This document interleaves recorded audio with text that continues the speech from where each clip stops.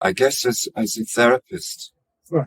one thing that has disturbed me for some time is the competitiveness between so-called modalities and the way that the whole profession of psychotherapy is divided and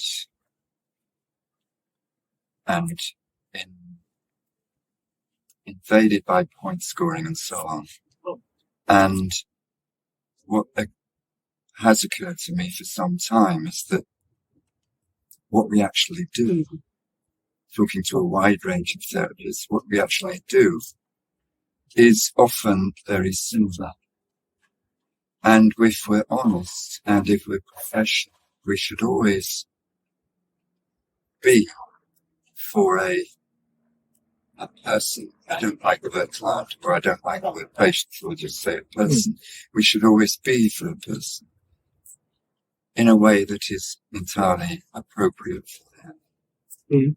And that reduces much of what passes for different modalities to me to just a series of techniques. But having said that, I do believe that there are, and I referred to this in the chapter, but not depth, there are differences. But that divide really is about how we approach what it means to be human. And therefore, ultimately, there is a philosophical divide, which I think is very important to recognize, and seldom is this clearly stated, in my view, of course. And that divide revolves around how one regards the human being, whether we see people, humans, as determined functional beings who merely respond to events, or whether we see them as quasi or partially autonomous beings who no doubt we're all conditioned by our environment, to some extent our DNA, but who have a window of choice. And with that window of choice also have a window of responsibility. And I think that divide is very clear. I think it cuts across existing modalities. And it's very important.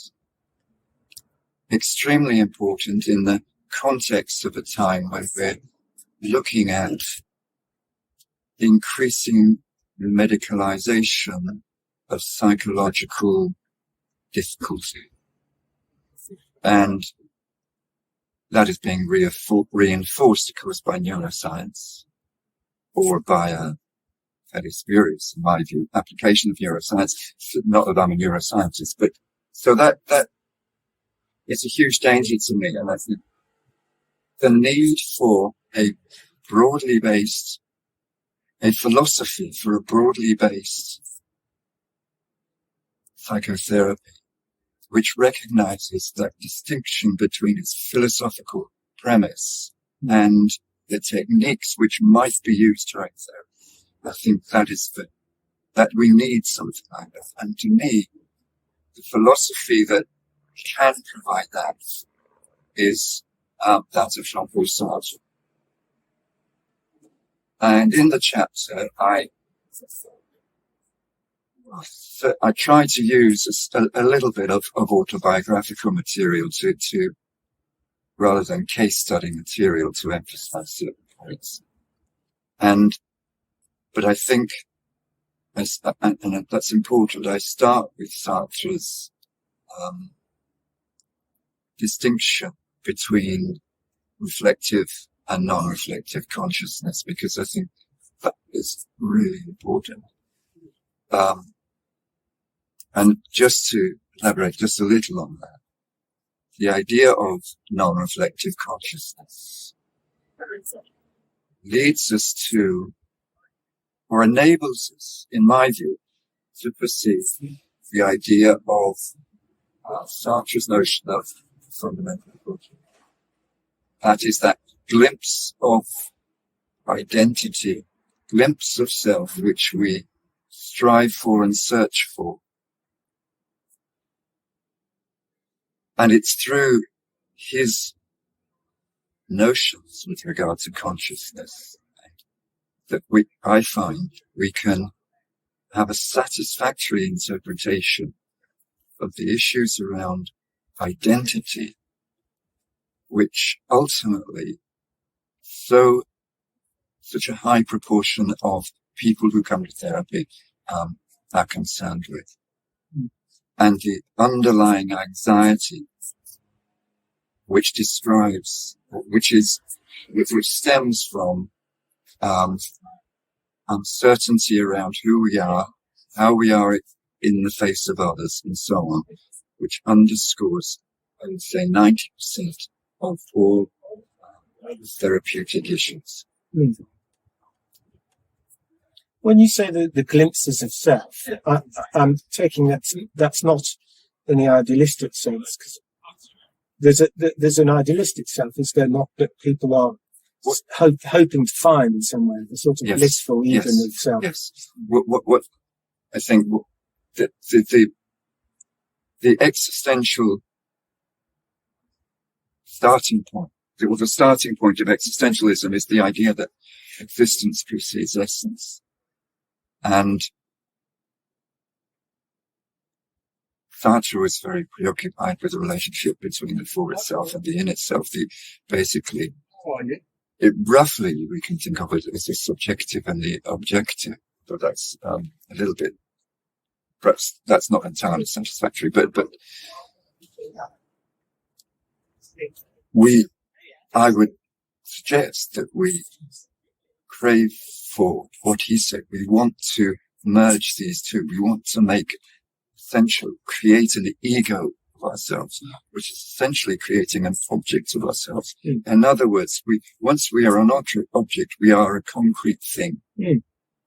So I think coming from that, we can argue that there is no such thing as self. There is no such thing as my identity.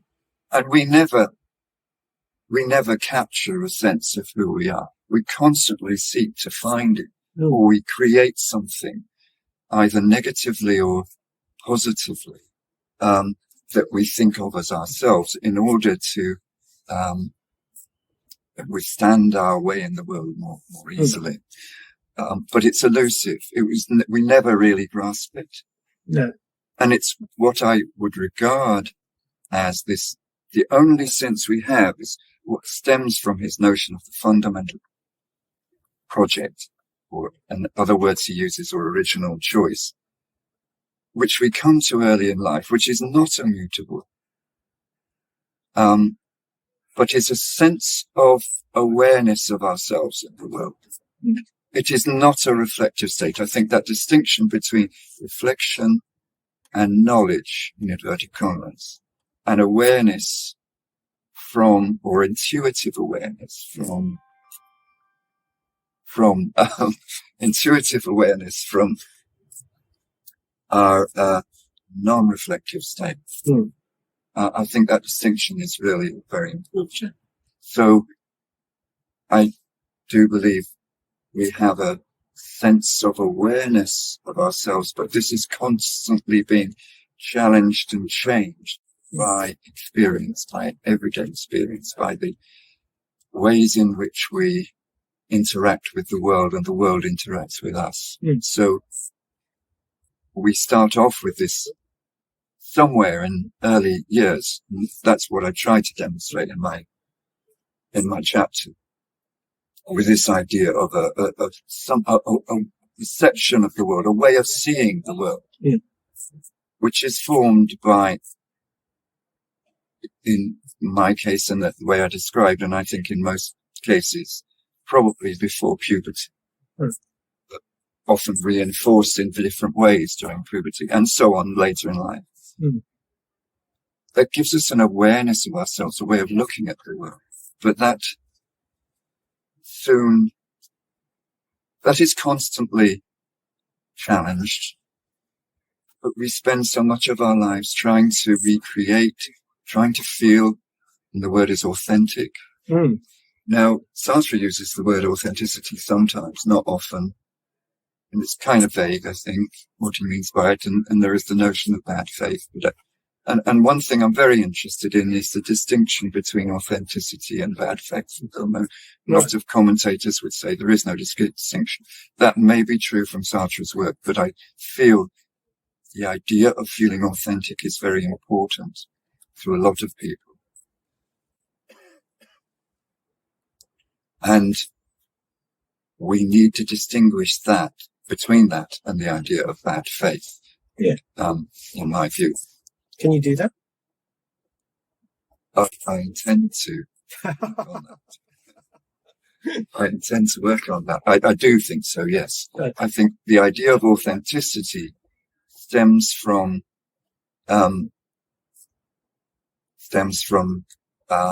this intuitive, non-reflective state. Yeah. The idea of bad faith or good faith, which is the counterpart to authenticity, stems from what I hope we'll discuss today, which is the idea of pure reflection, as opposed to impure reflection of more Sartrean concepts. I would just add one more thing, though, because when I was trained, anything taught on Sartre wasn't too much, unfortunately. He's sort of outside the mainstream of British existentialism. But it just referred, and most of the literature just referred to being a nothingness, as though nothing was written or nothing much of interest was written after, which is just totally not the case. I think what is really also important, and I'm only just beginning to look at this and understand it, is his critique of dialectical reasons, which was a major work attempting to synthesize existentialism with Marxism, which is, that attempt has been met with various kinds of, varying receptions, shall I say.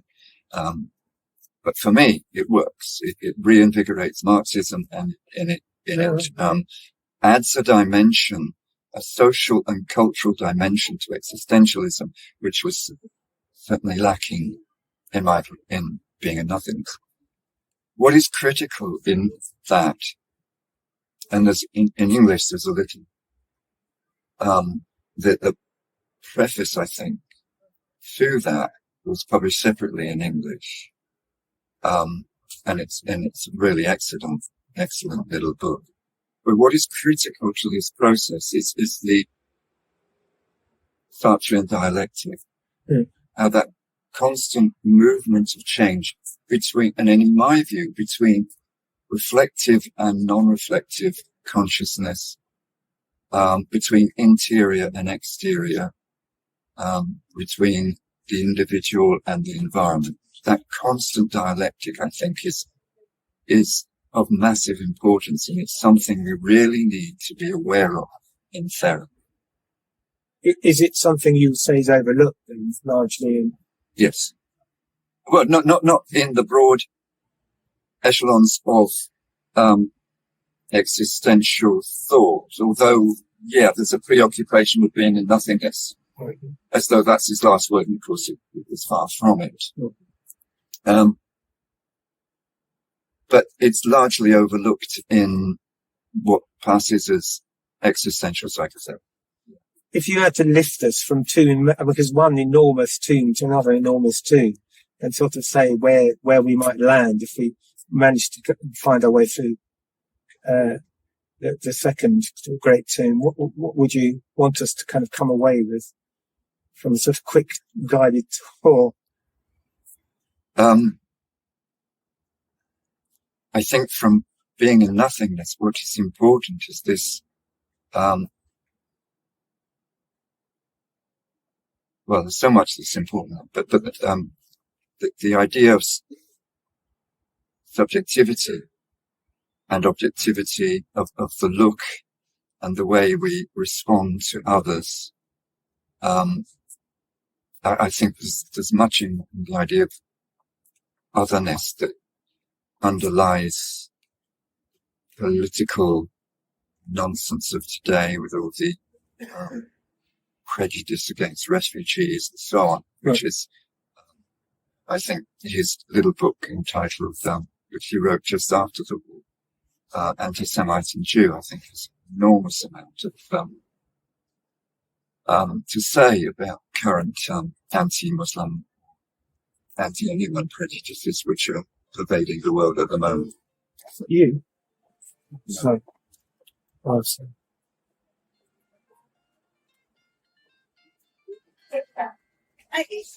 sorry. Hello? Oh, hi, Che. Can I call you back in a few minutes? Cheers. Sorry. Going on. But sorry. Yeah, in answer to your question, though, where do we land? I don't know quite. I know that for me, I know the critique less well than being in nothingness. I know to bit.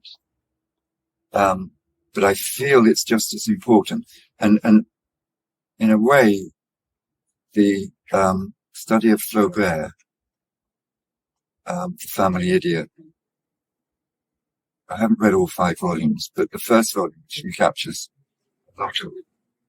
It's a synthesis of his life's work, probably. Right. And there's a lot in that. That's a study of a man. Right. Yes. It's not in that sense, although it's a philosophical work, it's not it's also not a biography. Right. And I think a study of that shows the bringing of these two sides. If you like, the world to the individual. The critique brought the world to the individual. Right. And that's why I feel, and one thing I argue briefly, and I don't develop it in the chapter, is that an act of therapy is a political act. And we need to be able to see it as a political act. Yeah. Which I think is an important, something that is important to be aware of. I was going to ask you about the therapeutic encounter with you. So you see in front of you, or you have in your presence, I don't know what you call a being, another who is trying to catch glimpses of self. I mean, the current kind of fashionable term is becoming, isn't it? There's a being, someone in becoming. And what I'm so intrigued by this, you say about these kind of glimpses of self that one might see. So I'm kind of picturing this self formed and destroyed, or formed and reformed. Is that sort of more or less your... Never destroyed.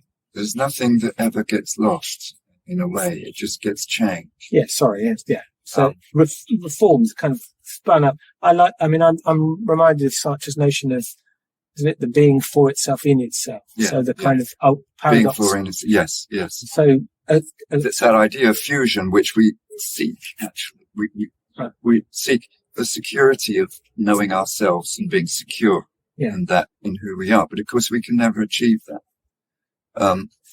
But does he not say we want that and freedom? That this sort of paradoxically, so we want both to be free, and isn't that? I don't know that we want freedom. Never necessarily. Oh. We have freedom to a degree. We have a window of freedom always. Yes, this is something very important in therapy, I think, because the idea that you do have a choice, you can change just a little bit your life. You can take responsibility for your actions. Yeah. You can do that. You do have a choice. That's really important to begin to feel. It's no use trying to introduce that thought. You have to begin to feel.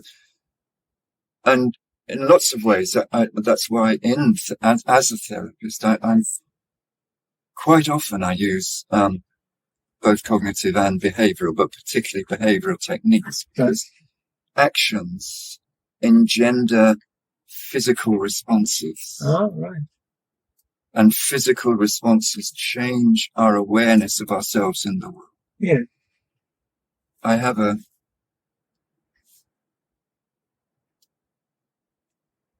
I'm working with a client now.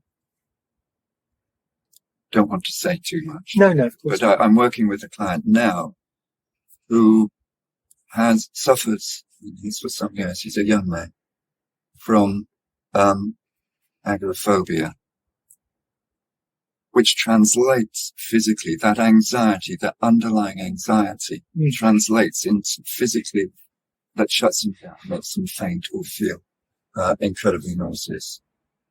It's getting a lot better now. But that one way I've worked with him is to try to strategize, try to give him strategies for action, things that he can accomplish, that gradually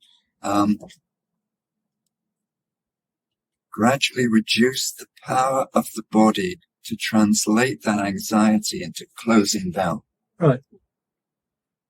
And that's a behavioral approach. But for me, it's perfectly consistent with an underlying existential framework, which recognizes where that comes from, which recognizes the underlying anxiety, which, now we work together on that underlying anxiety. Yeah. And it's a lot to do with not meeting expectations, uncertainty about who he is in the world, basically, and not feeling he's good enough, terribly uncertain. Yeah. Which I would regard as the basic existential anxiety. Yes. And we're aware of that, we've talked about it, but that knowledge, at the cognitive level, that does nothing. You can reflect on it, but his body is shutting it down. Yeah. Literally.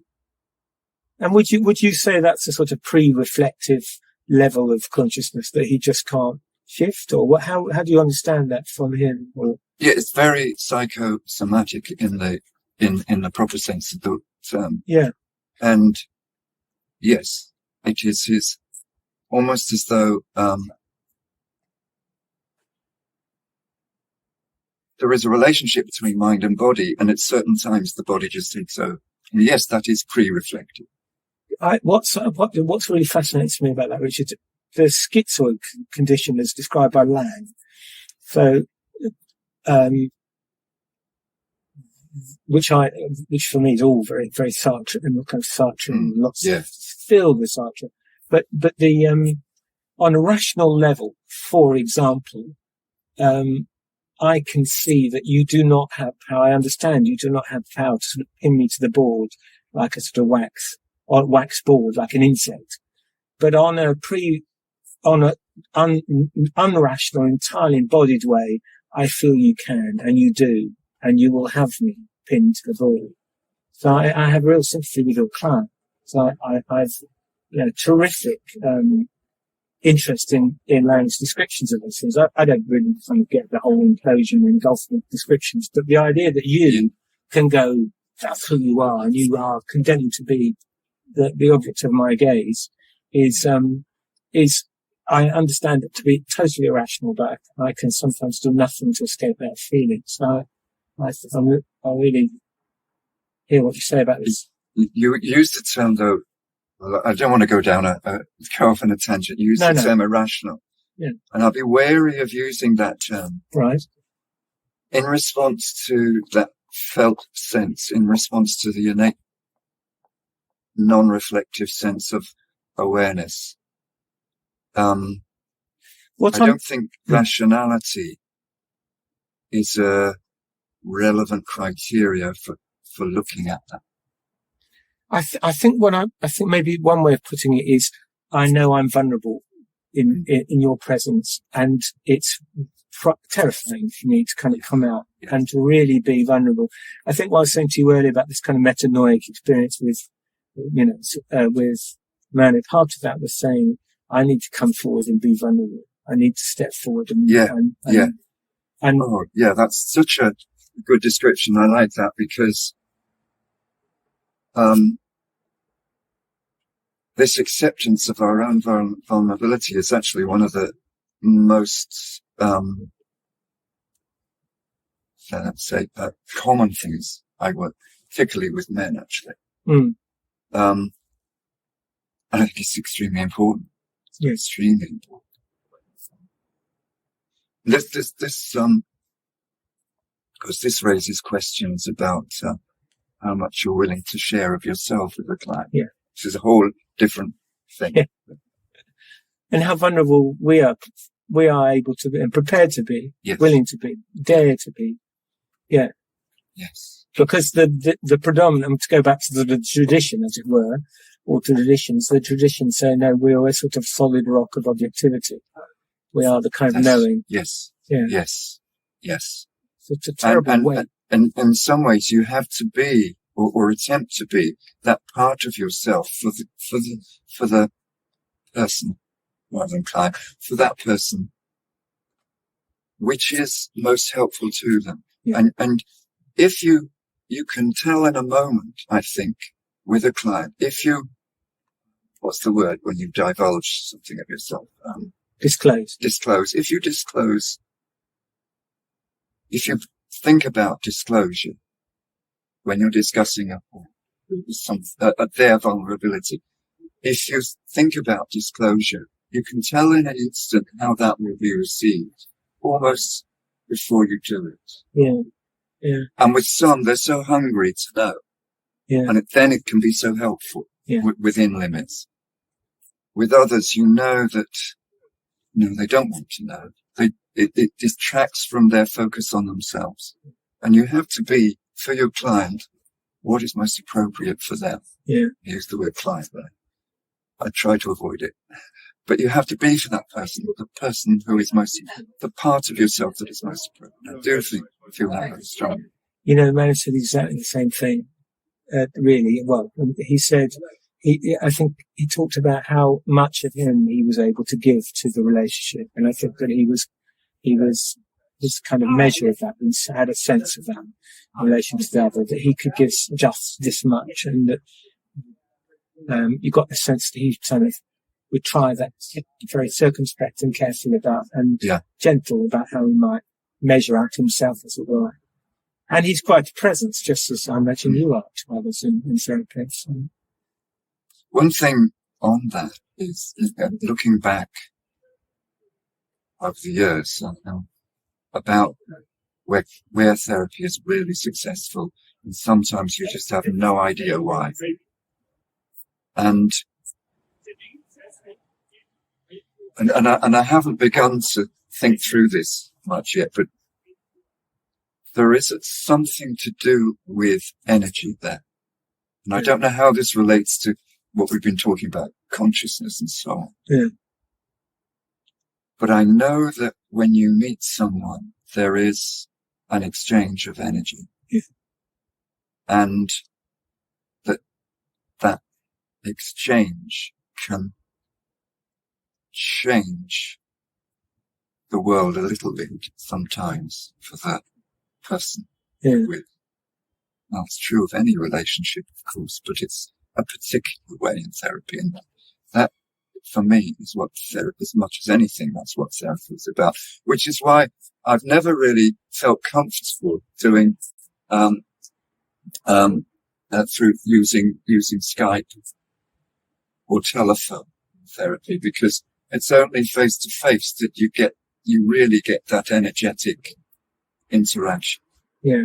But that's a side issue from what we're talking about. Yeah, I so much could ask which, but back to the political, and I'm thinking about what for you, how you imagine your client off back in the world, as it were, having kind of been with you, and the political ramifications, I suppose, or the political consequences of the encounter that you referred to. Well, I think one of the not the underlying purpose, but one of the purposes at one level of psychotherapy is to increase self-awareness and increase awareness of oneself in inverted commas, the world. That means as someone interacting with others. And that means how we perceive not only our own being in the world, but the others' being in the world. And the thing about not being that is this idea of being able to see the other as a subject, not an object. Once you see the other as a subject, not an object, then it changes and it's very hard. I know when I watch, say, a political program, I get very involved and very outraged, and I start thinking about this particular protagonist as I see them as an object. I don't see everything that might motivate you, they say, and so on. Once we begin to do that just a little bit, it changes the way we are in the world, the possibilities being in the world. And I see those changes. There's always, in terms of political perspective, there's always progressive, and we could get into talking about egalitarianism and so on. But it does, in my view, feed into that perspective. Yeah, they're interesting ramifications for political struggle, isn't it? About that. Yeah. I thought, how do we forgive our oppressors? Or how do we understand that we are oppressors too? And, yeah. Absolutely. I'm aware of the time, so don't want to run us late. So I'll just check on not coming up, because I presume you want to get there for 10. Yeah. So it's 9:50 now.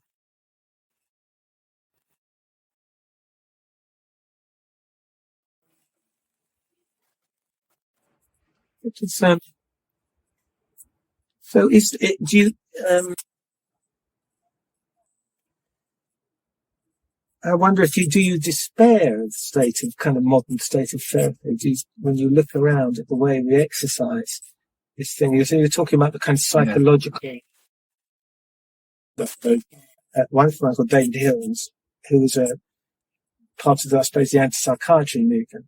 So I think I occasionally think, gosh, what a terrific victory. We're not drugging people to, into zombie hospitals.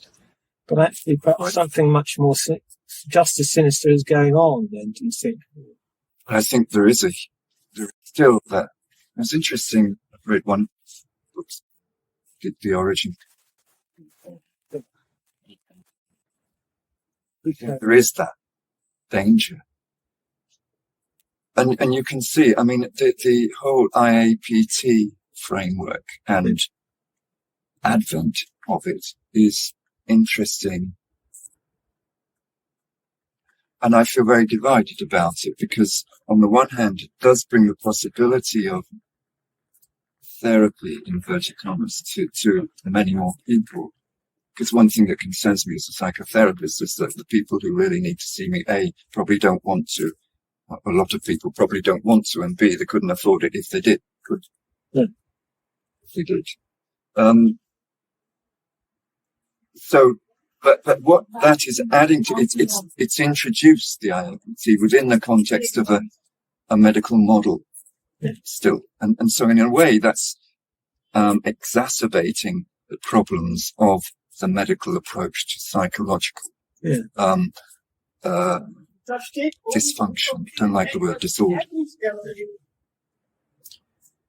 Now, I think that is a real problem we're going to have to face. But the therapeutic response to that is terribly, it distresses me when I see many humanists disparaging CBT as worthless. And that's, to me, that's just absurd. Right. We have to We have to seek common ground. We have to look at a common framework. I don't think it'll happen because of, everything is so competitive. We live in a supposedly competitive world. That's the ethos of capitalism. Wasn't the kind of integrative promise That was a nice idea. Yeah. We'd all sort of come together and form which is kind of what you started out talking about, of course, in a way, the hope for that. We would all.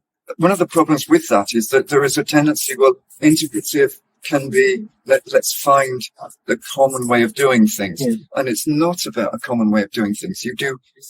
Techniques shouldn't be modal.